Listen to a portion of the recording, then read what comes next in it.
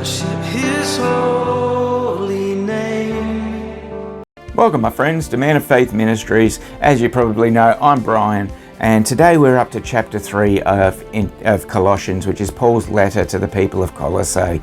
Let's get stuck into it. It's titled, Put on the New Self. Therefore, if you have been raised up with Christ, keep seeking the things above, where Christ is, seated at the right hand of God. Set your mind on the things above, not on the things that are on earth. For you have died, and your life is hidden with Christ in God. When Christ, who is our life, is revealed, then you also will be revealed with him in glory. Verse 5. Therefore consider the members of your earthly body as dead to immorality, impurity, passion, evil desire, and greed, which amounts to idolatry.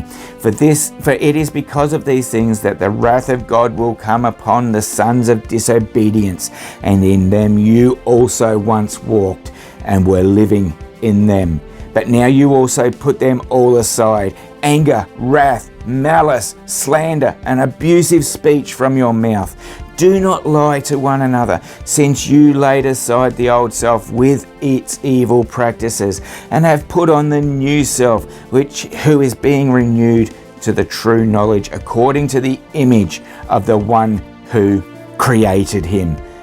Verse 11. A renewal in which there is no distinction between Greek and Jew, circumcised and uncircumcised, barbarian, Scythian, slave and free man, but Christ is all and in all. So as those who have been chosen of God, holy and beloved, put on a heart of compassion, kindness, humility, gentleness, and patience, bearing with one another and forgiving each other. Whoever has a complaint against anyone, just as the Lord forgave you, so also should you. Verse 14. Beyond all these things, put on love, which is the perfect bond of unity. Let the peace of Christ rule in your hearts, to which indeed you were called in one body, and be thankful. Let the word of Christ richly dwell within you, with all wisdom, teaching and admonishing one another, with psalms and hymns and spiritual songs, singing with thankfulness in your hearts to God. Whatever you do in word or deed, do all in the name of the Lord Jesus, giving thanks through him to God the Father. Verse 18. Wives, be subjected to your husbands as is fitting to the Lord. Husbands, love your wives and do not be embittered against them.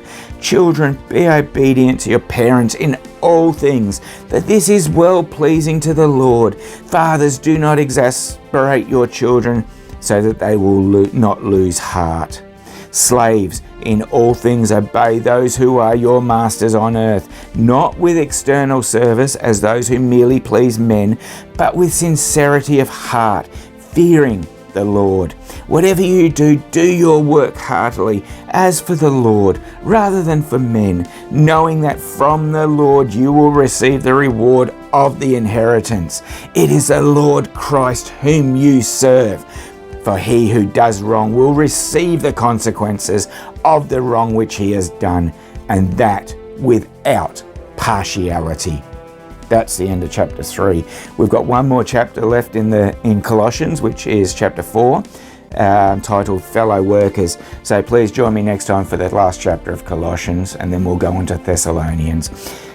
Till then, please stay safe, take care, and may the Lord bless you greatly.